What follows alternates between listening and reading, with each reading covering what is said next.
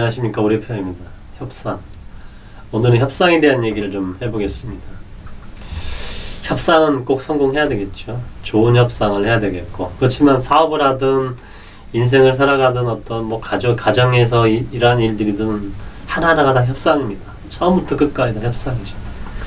그 좋은 협상을 해서 좋은 결과를 내야 되는데, 그러려면 먼저 협상 상황을 잘 파악해야 됩니다. 내가 이 협상을 어떤 상황인지, 그리고 내가 어떤 결과를 내야 되는지를 파악해야 좋은 결과가 나올 수가 있는 거죠. 그걸 네 가지로 한번 얘기를 해봤는데요. 첫째는 이거 그냥 둘이 관계 끝나더라도 무조건 이기자, 이럴 수 있거든요. 네, 이 회사와 우리 관계 끊어, 이제 계약 끝이야, 대신에 무조건 이겨야 돼. 이건 이제 공격적인 전략을 써야 되고요. 두 번째는 이 회사는 계속 가야 돼. 내가 조금 뭐 협상에서 완벽하게 100% 성공하지 않더라도 좀 손해를 보더라도 서로 협력해서 앞으로 잘 해나가야 돼. 이런 경우는 위민 전략을 써야 될 거고, 그 다음에 이번에 좀 손해보고 다음에 키워서 먹자, 뭐 이런 경우 있을 거 아니에요. 이번에는 좀 져주는 척 하면서 일부 양보하고 다음에 내가 더 큰 일을 얻어내야 되겠다, 이런 생각을 했을 때는 양보 전략을 피는 거고, 그 다음에 이기든 지든 이 협상 나한테 우리 회사 관계없어. 이 회사 뭐 협상에 크게 이겨도 우리한테 큰 의미가 없고 저도 큰 문제가 안 되는 협상들이 있을 거 아니에요. 그럴 때는 회피 전략을 쓰는 거죠. 결국에는 이 네 가지 전략을 짜기 위해서는 먼저 이번 협상의 목적이라든지 지금 상황을 빨리 파악해야 됩니다. 그리고 그 다음에는 결국에는 협상은 서로 이익이 돼야 되고, 한 사람은 완전히 망하고 한 사람은 100% 가져가고, 이건 협상이 아니잖아요. 그래서 협상은 서로 이익이 되는 쪽으로 가야 되고, 그러려면 처음부터 끝까지 타협하는 그런 능력이 좀 필요합니다. 그 타협의 전략이 필요하다, 이런 내용이고, 자, 그러면 협상을 어떻게 해야 잘하냐. 가장 중요한 게, 협상은 의사결정권 자하고만 협상을 합니다. 대표이사가 따로 있는데 과장이 나왔어요. 과장이 나하고 협상해요, 내가 다 결정해 줄게요 라고 해놔요. 그 사람과 협상할 겁니까? 아주 큰 패착입니다. 왜냐면 그 과장에는 결정권자가 아니고 결정권이 없기 때문에 내가 하는 얘기, 우리가 하는 정보를 100% 다 알아냈죠. 전략도 알아냈고 목표도 알아냈고, 그러면 이제 담당자가 내가 결정해 줄게, 얘기해봐, 협상합시다 해놓고 나서 쭉 다 얘기한 다음에 다시 CEO한테, 대표이사한테 가는 거죠. 근데 대표이사가 딱 보고 야 이거 안 돼, 끝. 그러면 어떻게 돼요? 담당자가 와가지고 뭐 우리 대표이사 미친놈 이럴 수 있겠지만 속으로는 어떻게 되냐, 야 내가 니네들 어떤 협상 전략을 다 알게 됐어, 이제 더 양보해. 완전히 꽝 되는 거죠. 그래서 저희가 이런 전략을 쓰는 경우도 있습니다. 일부러 과장이나 뭐 부장 정도를 내보내요. 우리 뭐 어차피 갑이나 어리겠죠. 그래서 얘기를 다 듣고 오라 그래요. 협상의 내용, 목표. 그럼 협상해준다고 다 얘기하고, 그러면 오면은 제가 판단합니다. 좋으면 오케이, 아니면 다시 하자, 내가 가서 할게 하고 제가 가서 협상을 하면서 그걸 백그라운드로 좀 더 저희가 좋은 결과를 얻어내겠죠. 그 다음에 두 번째는 협상이 결렬됐을 때 대안을 항상 준비하라는 거예요. 협상은 결렬될 수도 있고 성공할 수도 있습니다. 근데 협상이 결렬되면 우리 회사 망해, 나는 뭐 죽어. 그럼 너 어떻게 협상합니까? 무서워서. 무조건 양보밖에 없잖아요. 그래서 협상이 결렬돼도 그거를 유지할 수 있는 대안을 준비해 놓으면 마음이 든든해지기 때문에 협상 결렬 상관없어라고 거기에 대응을 하게 되고, 결과적으로 좋은 협상을 끌어낼 확률이 높다. 그리고 세 번째는 상대방이 제안하는 첫 제안은 무조건 거절하라. 그러니까 협상을 하러 왔는데 처음부터 너무 좋은 조건을 딱 던졌어요. 그럼 어떻게 되냐면 좋네, 오케이, 이럴 수 있잖아요. 그러면 안 돼요. 왜? 그 뒤에 뭔가 더 있을 수 있어요.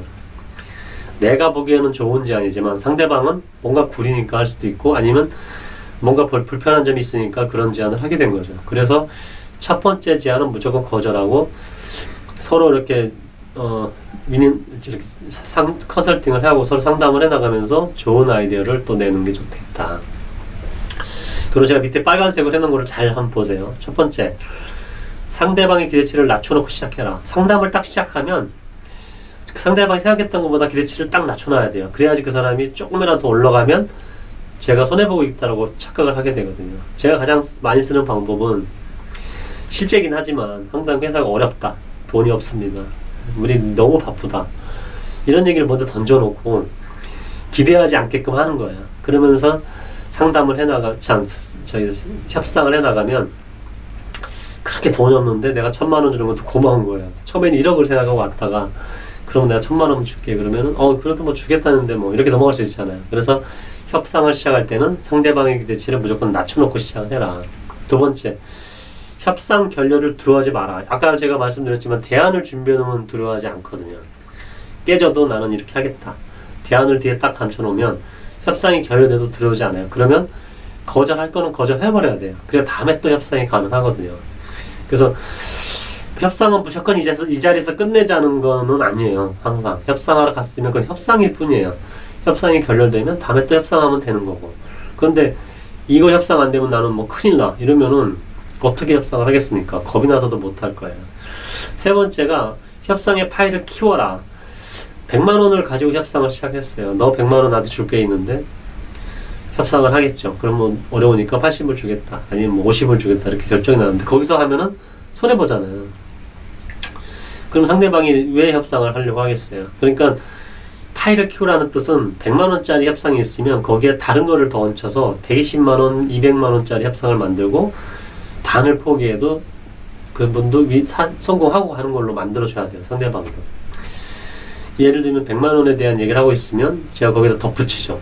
디자인 일거리 하나 더 붙인다거나 아니면 다른 어떤 물건을 더 붙인다 해서 협상의 파일을 자꾸 키워나가고 그래서 나중에는 100으로 시작했던 협상이 400짜리가 되면 반반씩 해도 200씩으로 다 성공을 했잖아요. 그래서 협상의 파일을 키워가는 게 상당히 중요하다. 결국에는 이제 윈윈 전략을 해야 되는데요. 윈윈 전략이라고 하면 사람들이 착각하는 게 반반 나눠가지면 윈윈이잖아요. 그거 절대 아닙니다. 그거는 다 손해보는 거예요. 그래서 윈윈 전략을 하려면 서로 이익이 돼야 되는데 그러려면 아까 제가 말씀드렸듯이 협상의 파일을 키워나가는 게 가장 좋겠죠. 그리고 이제 이거 팁인데요. 자, 협상할 때 그 협상하러 나온 사람과 협상의 문제를 분리시켜야 돼요. 보통은 그걸 하나로 보고 접근을 하다 보니까 싸워요. 예. 근데 엄밀히 따지면 협상하러 온 사람이 그 문제와 일치되나요? 그런 경우는 극히 드물어요. 예를 들면 회사에서 어떤 일을 하는데 문제가 돼서 이거를 손해배상 청구를 하는 협상을 한다.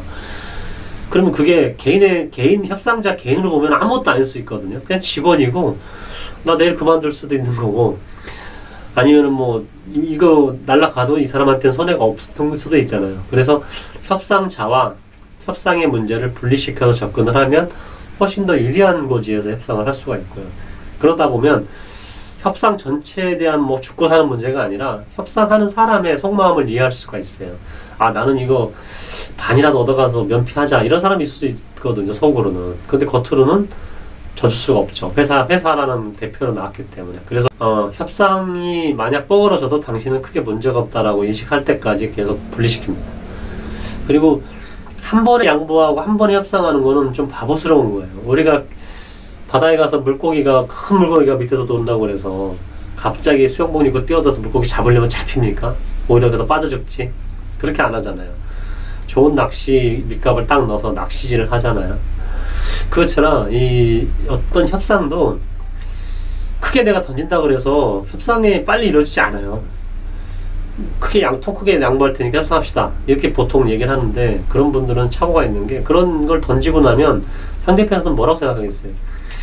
야, 이거 던진 거 아무것도 아니구나. 더 던질 수 있겠구나 생각을 하게 돼요. 그래서 그렇게 하지 말고 한 단계 좀 시간이 걸리더라도 조금씩 양보해 나가서 협상해 나가는 그런 프로세스가 오히려 좋은 협상 결과를 낳는 그런 방법입니다. 궁극적으로 보면 협상은 어떤 감정의 교류입니다. 감정. 아까 협상의 문제를 해결하는 것도 중요하지만 협상자와 나와의 감정을 서로 교환하고 그 다음에 서로 합의하는 그런 걸 통해서 이 협상이 지든 이기든 둘 다 위민할 수 있는 그런 쪽으로 끌고 갈 수 있는 게 협상을 잘하는 거고요. 항상 협상은 진 사람, 손해보는 사람과 이익 보는 사람 나뉘는 게 아니다. 그리고 서로 다 이익이 되는 윈윈 전략이 최고다. 이런 말씀을 하고 싶습니다. 오늘 또 들어주셔서 감사합니다.